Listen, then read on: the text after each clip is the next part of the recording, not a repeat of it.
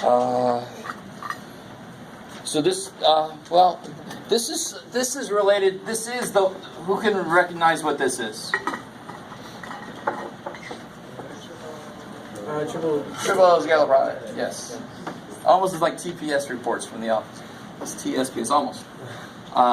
This actually comes out. This is what we talked about earlier. That you can. There are several kind of ways to represent this. I think this is the way they shows. See how that kind of works around? And it's just because I don't care what order I multiply the legs of this box, it should come out to be the same volume. No matter where you turn the box, who cares what you call the base? Yes? Won't it come out negative if you do it a certain way? Oh, but then you just take the absolute value. Okay. Please remember... but it will, it's not negative if you do it a certain way. Totally. Okay. If you switch this the wrong way. Yeah. Yes, cool. But you know, the nice thing with cross product is if it's negative, you don't want it to be. You're like, oh, I just had them switch. Let's take the negative off. Yay. Just be careful when you do that. And then this one is just freaky. I mean, this one is just freaky. I even forgot this existed, to be honest. Let me see if I remember it. Oh, no. See, I've already screwed up.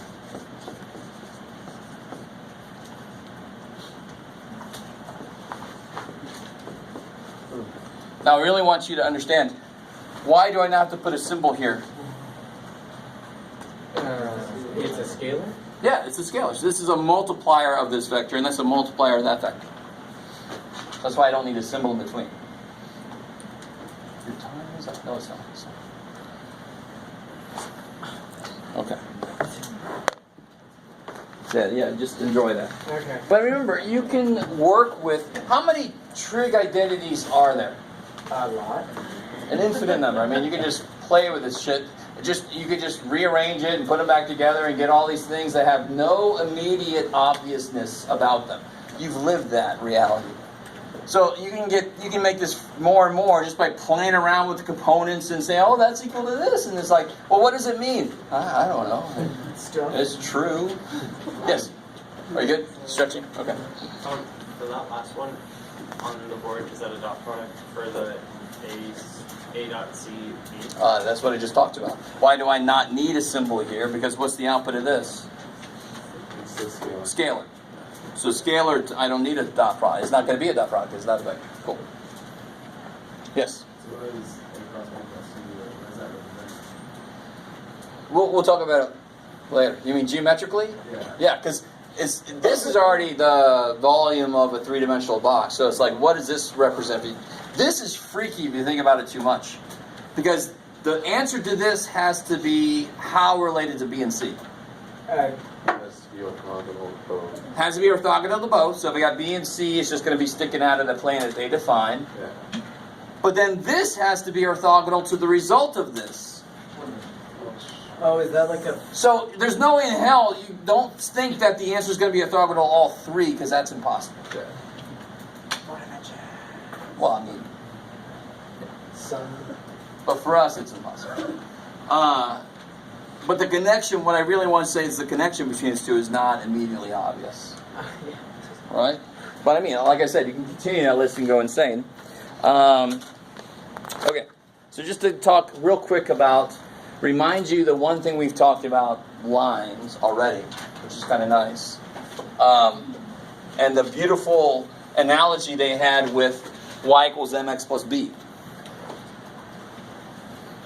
So y equals mx plus b, what are all the parts, what do they mean? This is the direction, that's right. Slope. This is the, good, like initial point.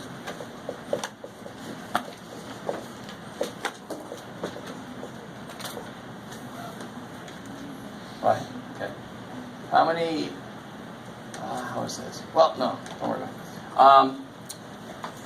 I want to sneak this in somehow. What is this? Let me see if you guys get this. What does this represent? No. Sorry. That's too specific. No, it doesn't. How many unknowns are required? How many unknowns do I have in that expression? So how many directions can you go in? 3. All 3. So it represents all of R3. That represents every point in R3, so it represents all of R3. 3 dimensions. Let me stop there for a second. All right, so now watch this. Watch this. So what if I had this? All right, now how many variables? So this is space. This is R3 space. All right. Or you can even call it the infinite cube. And I know what you mean. Take a cube, let it grow. There you go. This relates to a homework problem. How many variables are required to define this? 2. So this is 3, it's a space. This is 2, that should be a, what's got 2 dimensions? A plane. This is a plane. So this relates to this problem in the homework, x equals z. Describe what that is. And do you see how I said x equals z? So I just replace z with x. It requires 2 parameters to describe it. Therefore, it must be a 2-dimensional object, the most general 2-dimensional object, which is a plane. Okay, maybe. So if I took that even further, and I said, you know, what's this going to be? A line. A line requires 1. So that's got 1 dimension, it needs 1 parameter. 2 parameters, 2 dimensions, 3 parameters, 3 dimensions, 4 parameters, 4 parameters, 4 dimensions. All right. We'll stick with 3 normally. All right, I just want to say that real quick because I like that one problem in the homework, and a lot of people got it wrong. And the quick way to do that one problem in the homework, x equals z, and the xz plane, that's just going to be the line going through the origin. I like that somebody pointed that out. It's sort of like this here, right? But what's y? What's the restriction on y? There isn't any. So you take that shape and you just extend it in both directions, right? Yes, sir. Yeah, what I usually do is I draw it in 2D and then draw it in 3D. Beautiful. Because what's x equals 2 in 1 dimension? What is it? It's a dot. In 1 dimension. Sorry, top 1 dimension. What is x equals 2 in 2 dimensions? Because now what's the restriction on y? None. So x is 2 in a lot of places. So what's x equals 2 in 3 dimensions? A plane. You take what you got so far. So that's why we do start with traces in 2D and then try to figure out in 3D. What we've done so far is relatively easy because we draw like a circle in 2D and then we just extend it and get a cylinder. Then we're going to have something that has all 3 variables in it, so it's going to be contained and have different traces in all 3 directions. That's where things are going to get a little hairier. I like it. All right, Jeff, stick to the message here, buddy. I keep going off on these tangents. Here's what we've done already with lines. Not with Mike, but with defining lines. Sorry, some of you guys got that. I don't know if you remember this, but we said, if I have some line in 3 space, and I have some initial point, let me actually give this components and vector notation. I'm going to call this the vector R. So I'm sorry, get out of there. That's not the vector R. This is the vector R that points to that. It's a point, Jeff. There you go, buddy. You can do it. And so here's where I wanted to write. This is the vector x naught. Y naught, C naught. That was good. Yes. So of course there's a whole problem about the vector points to the point that is the components of that vector. And that's the answer. So I have a point that the line goes through.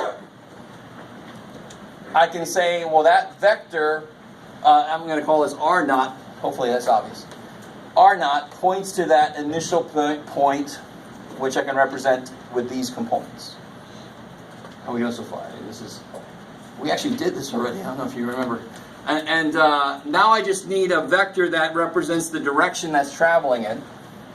So if they tell me the vector is parallel to, you know, like, I don't know, the vector 2, -1, or something. Let's just make it more general. What'd you get? V1, V2. Yay.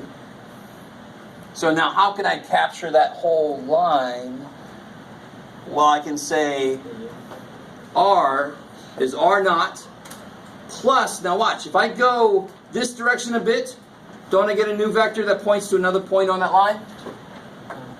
So I want to be able to go in that direction as everyone, and in that direction also. So I want to take all multiples of this. How am I pointing that? Of this vector. So it's like you're adjusting the vectors. Exactly. So here's where it starts, and then you adjust it this way a bit, and then you adjust it this way a bit, and they end up pointing to all the points in the lines. This is the vector definition of a line. These are vectors, sorry. I love the TV. Y equals mx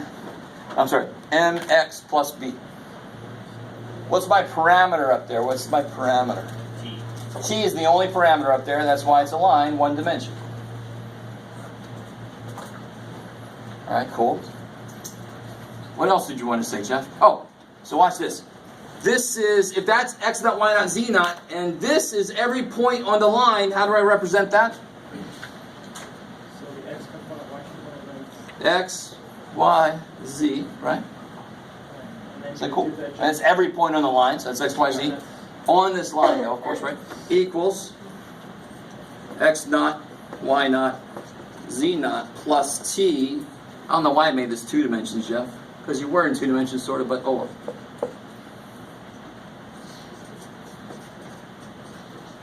What does the book use? I can't remember. Do they actually? Oh, they use A, B, C. So make this A, B, just so they're the same as this book here. Yes, really. A, B, C. Cool. So tell me this. Component by component. What's x equal? Pull out the components that relate to it.